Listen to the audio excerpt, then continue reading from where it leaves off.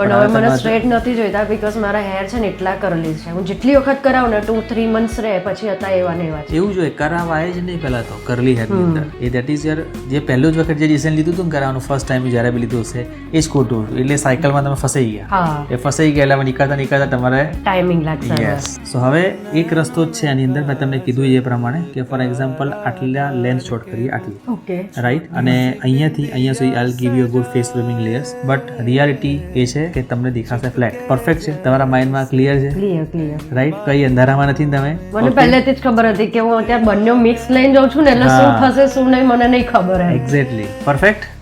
Alright ready for transformation 100%. 100%. That's it. Alright, so here is your reality. Final look. Perfect? Reel અને real તમને બંને મેં બતાવી દીધું કે શું તમારું બિફોર રહેશે ટોટલી ડિફરન્ટ 10 on 10.